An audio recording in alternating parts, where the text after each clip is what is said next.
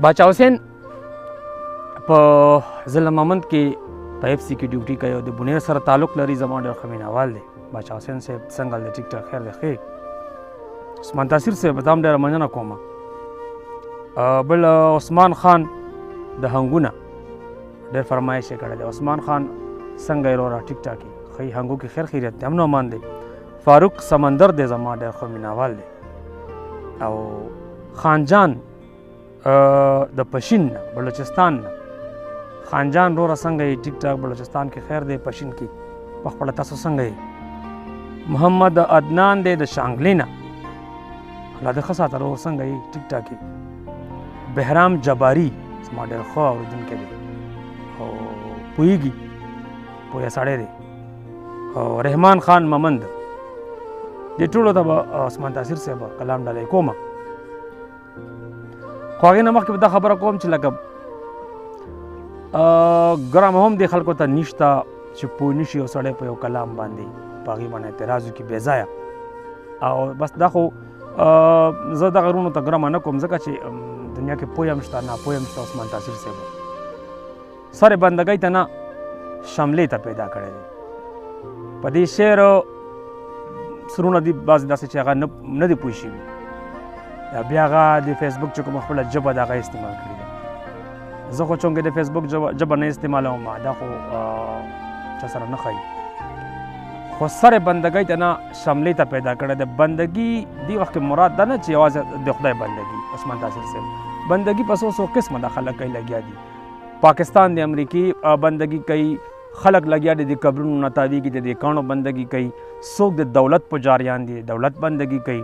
څوک د دې وخت جانان او د محبوب بندګي کوي او هغه ته هر څه هر څه وایي. څوک د هوس او د حرس او د ضمیر بندګي کوي. د دې مقصد دی بندګي. ما هغه بندګي مقصد نه دی چې کوم دا خلک په زړه کې راوړي چې ګنې خدای پاک داسې زه څه دومره ماشوم شاعر نه یم، دومره کمزوری لیکوال یم، نه د ما په ذهن او په فکر کې دا خبره شته چې ګنې موږ به د خدای بندګۍ ته موږ اشاره ده.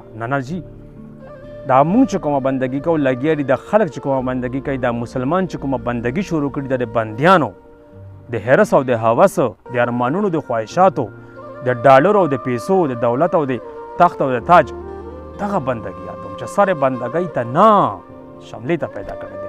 معزز شی شمله واچوئ په سر باندې.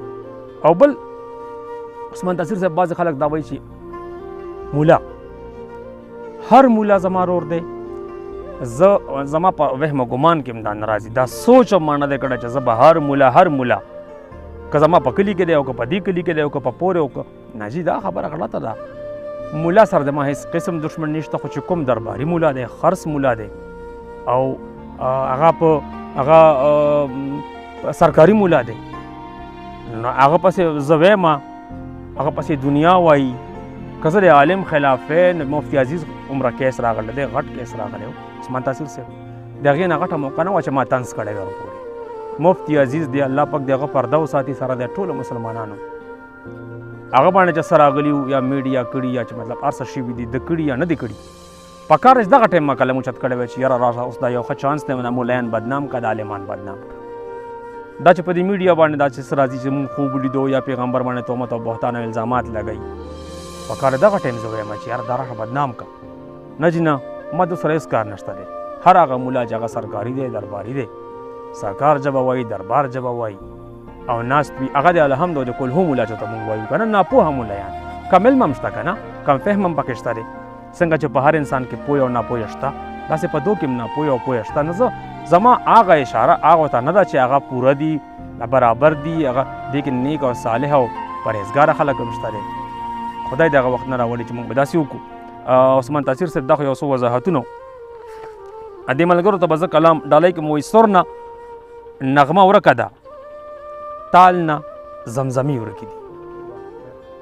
سر نه نغمه ورکه ده، تال نه زمزمي ورکې دي، درد نه ګنګس ماحول کې ترانې ورکې دي. ډېره مننه. او لږه د خپل رخسار رڼا ورپسې وګرځوه، لږه د خپل رخسار رڼا ورپسې وګرځوه، ستا په ښایست کې د سپوږمۍ نه پلوشې ورکې دي. یوې قطره کې جسامت د سمندر پناه شو. یوې قطره کې جسامت د سمندر پناه شو، یوې لمحه کې په زرګونو زمانې ورکې دي. مفاهمت، مصالحت او نامعلومه افراد. مفاهمت، مصالحت او نامعلومه افراد د ژوند د هر لغت نه دا یو څو معنی ورکې دي. د غره په سر او د لاټین رڼا په نیمه شپه کې، د غره په سر او د لاټین رڼا په نیمه شپه کې کله پرېږدي څوک که د چا نه دردانې ورکې دي. ډېره مننه. په میکده کې مې خدای یاد شو، په سجده پرېوتم.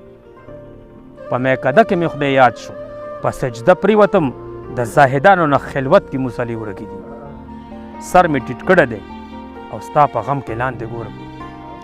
سر مې ټیټ کړی دی او ستا په غم کې لاندې ګورم، چې څوک څه وایي وایم ما نه څه پیسې ورکې دي. سر مې ټیټ کړی دی او ستا په غم کې لاندې ګورم، چې څوک څه وایي وایم ما نه څه پیسې ورکې دي. زما د خپل غره زمرد دي خو خبر ته نه یم. زما د خپل غره زمرد دي خو خبر ته نه یم. ما نه په خپل کور کې څرګندې خزانې ورکې دي. ډېره مننه. لټون به غواړي د وحشت په بوږنېدلي زړه کې، لټون به غواړي د وحشت په بوږنېدلي زړه کې. حوصلې ختمې نه دي، موږ نه حوصلې ورکې دي. او منظر د سترګو په لار پرېږده چې تر زړه د لاړ شي. منظر د سترګو په لار پرېږده چې تر زړه د لاړ شي. زه چې په دغه لاره تلم ما نه توبې ورکې دي. ډېره مننه جي. یو بل کلام به تاثیر صاحب ووایم. وایي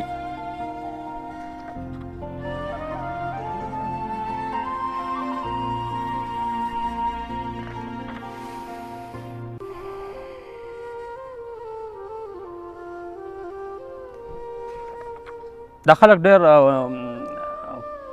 پوهېږي نه زما په دې سختو کلامونو او په دې نورو خبرو باندې. او ما سره دغه اسانه ده چې کوم د خلک لیکي دا چې کوم د نن سبا عامه شاعري ده. ګودر ته لاړه ګودر نه راله، یا سکول ته لاړه سکول نه رالاړه، دا خو موږ سره نشته.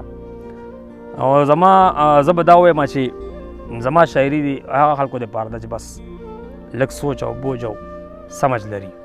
تاثیر صاحب هغو ته به زه ډالۍ کړم، بلکې ټولو مینه واړو ته به یې کړمه، خو الله دې بس دی ته پوهه ورکړي، لږ دې په باندې ځان پوه کړي. وایي ژوند مې په ولاړو ارمانونو خدای نه غوښته دی. ژوند مې په ولاړو ارمانونو خدای نه غوښته دی. عشق مې په بدلو امیدونو خدای نه غوښته دی. کوم بچی چې تا ته د یوې ګولۍ خبره ده، کوم بچی چې تا ته د یوې ګولۍ خبره ده، مونږ په څو منښتو په سوالونو خدای نه غوښته دی. عشق لکه زما ورسره وکړه جانان ته واخله. عشق لکه زما ورسره وکړه جانان ته واخله. ما ګورې په ډېرو منتونو خدای نه غوښته دی. او بس که په نیتونو ده نو ما درنه ګټلې ده. بس که په نیتونو ده نو ما درنه ګټلې ده. ما په سر او تا په تعویزونو خدای نه غوښته. او ما په خپل کردار جنت په ځان پسې لیکلی دی. ما په خپل کردار جنت په ځان پسې لیکلی دی. شیخ او زاهد صرف په منځونو خدای نه غوښته دی. وخت دی د پښتون د تجربې نه فایده واخلي. وخت دی د پښتون د تجربې نه فایده واخلي. عقل مې په سري ګریوانونو خدای نه غوښته دی. لاس کې مې ټوټې د سجدریزه سر نیولي دي. لاس کې مې ټوټې د سجدریزه سر نیولي دي. ستا د جبین خال مې په داغونو خدای نه غوښته دی. ما په زنکدن کې د وطن د خاورې سوال کړی. ما په زنکدن کې د وطن د خاورې سوال کړی. امن مې په څومره تکلیفونو خدای نه غوښته دی. مونځ مې ورته څومره په نازونو ادا کړی دی. مونځ مې ورته څومره په نازونو ادا کړی دی. یو جانان مې څه په مکیزونو خدای نه غوښته دی.